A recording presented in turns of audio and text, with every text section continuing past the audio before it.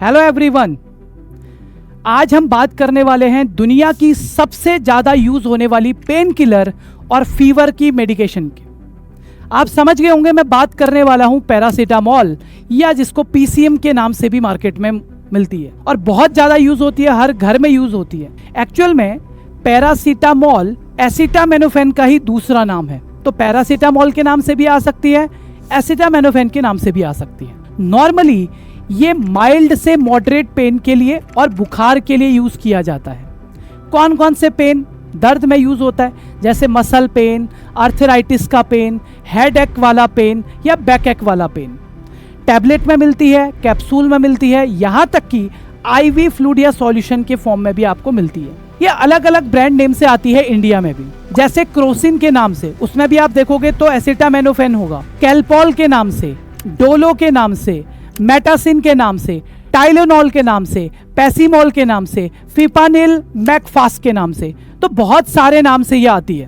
पर आपको एक सर्वे के हिसाब से मैं बताना चाहूँगा, दुनिया की सबसे ज़्यादा यूज़ होने वाली ये पेन मेडिकेशन बहुत ज़्यादा खतरनाक भी साबित हो सकती है। दुनिया में इसका सबसे ज़्यादा कंजप्शन क्यों है?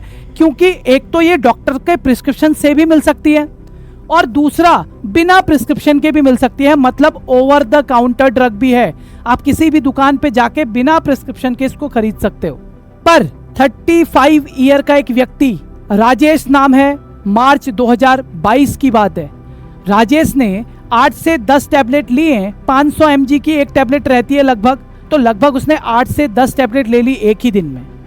कोई असर नहीं हुआ, लेकिन 3 हफ्ते के बाद राजेश को अचानक से लीवर डैमेज के सिम्टम आने लग गए। जब हॉस्पिटल गया पता चला कि लगभग लीवर 30-40% डैमेज हो गया है और कई महीने आईसीयू में गुजारने के बाद बहुत मुश्किल से राजेश की रिकवरी हो पाई। दूसरा इंसिडेंट, आरव गुप्ता, मुंबई, जून 2021।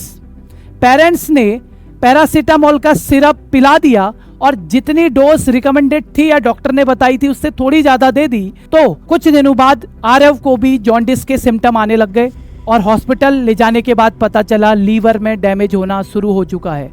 मरते मरते इस 4 साल के बच्चे की भी जान बचाई गई। नवंबर 2020, सुनीता, जयपुर। तो बॉडी पेन की वजह से पीसीएम ले लेते थे यूजुअली, लेकिन कुछ ही घंटों बाद पता चला अचानक से पूरी बॉडी में रैशेस हो गए और सांस लेने में दिक्कत हो रही है और पूरी बॉडी में इचिंग हो रही है। एक और एग्जाम्पल, एक और केस ले लेते हैं, रमेश पटेल का, जो लगभग 50 साल के हैं और गुजरात के हैं। 2023 में इन्होंने अपना चेकअप करवाया और इनको डायग्नोस हुआ क्रोनिक रीनल फेलियर। हिस्ट्री से पता चला कि लगभग पिछले 5 सालों से छोटे छोटे दर्द के लिए ये भी पेन मेडिकेशन ले रहे हैं। जी हाँ, मैं आपका ध्यान खींचना चाहूँगा पैरासीटामोल की तरफ। तो पैरासीटामोल आसानी से मिलने वाली ड्रग जरूर है, लेकिन इसको बिना डॉक्टर के प्रिस्क्रिप्शन के लेना या ज़्यादा अमाउंट में लेना आपके लिए खतरनाक हो सकता है। नॉर्मली इसकी डोज जो आती है वो 500 से 1000 mg आती है, जो हमें 6 से 8 घंटे में डॉक्टर रिकमेंड करते हैं।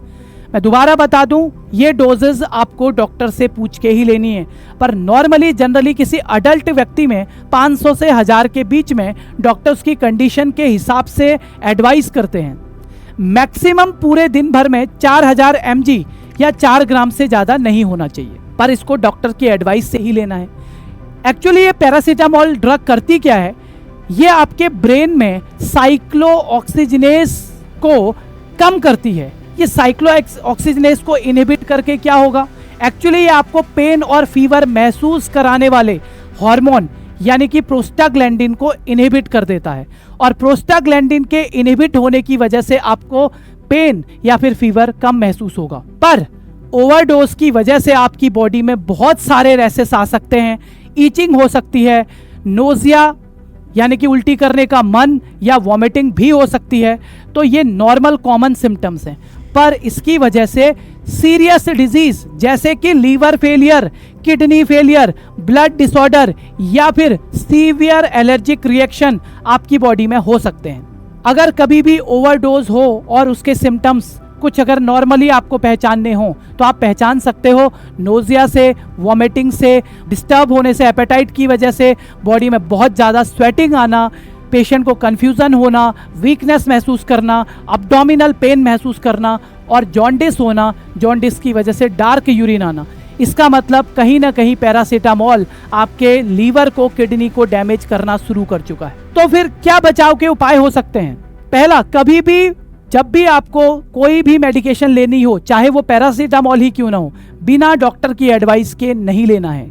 दूसरा, डॉक्टर ने जो डोज रिकमेंड करी है वही डोज लेनी है। अगर एक टैबलेट बोली है 650 mg तो वही लेनी है। तीसरा, पता चला आप डोज तो सही ले रहे हो पर ये एवरी 6 आवरली होती है, आप लेने लग गए 4 घंटे में, तो अपने आप डोज बढ़ जाएगी। तो जितने टाइम में बोला है उतने ही टाइम में लेना है। चौथा, कभी भी पैरासीटामोल को एम्प्टी स्टमक नहीं लेना है।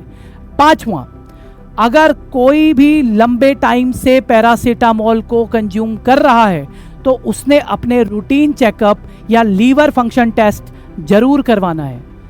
नेक्स्ट, कभी भी आपको अल्कोहल के साथ या अल्कोहल कंज्यूम करने के बाद इस ड्रग को नहीं लेना है, इसके खतरनाक साइड इफेक्ट हो सकते हैं। और अंत, बच्चों की पहुंच से इसको बहुत दूर रखना है क्योंकि बहुत सारे बच्चे इसको कंज्यूम कर जाते हैं और इसकी वजह से दिक्कत आ सकती है। अगर किसी ने कंज्यूम कर लिया है, पहचानने के तरीके मैंने बता दिए हैं आपको। सबसे पहले आप देखोगे नोज़िया, वॉमिटिंग या उल्टी करने का मन तो नहीं हो रहा, जॉन्डिस के सिम्टम तो नहीं आ रहे, पीलापन तो नहीं पड़ रहा, या फिर पेशेंट कंफ्यूज तो नहीं हो रहा, तो उस पेशेंट को तुरंत हॉस्पिटल लेके जाना है। और हॉस्पिटल में नॉर्मली जो मेडिकल मैनेजमेंट होता है, चारकोल दिया जाता है जिससे पॉइजन को या टॉक्सिसिटी को कम किया जा सके, या फिर इसका एंटीटोड आता है N-एसिटाइलस्टेरिन। N-एसिटाइलस्टेरिन इसको यूज़ किया जाता है as a antidote. Liver function test करवाए जाते हैं, पेशेंट को एडमिट किया जाता है और फॉलोअप के लिए भेजा जाता है। तो दुनिया में बहुत ज़्यादा यूज़ होने वाली ये ड्रग है जिसका नाम है पैरासीटामोल। अमेरिका में ही 25 बिलियन से ज़्यादा कंजप्शन है। तो ध्यान रखिए, आज के बाद इस ड्रग को सोच समझ के लीजिए। Thank you so much.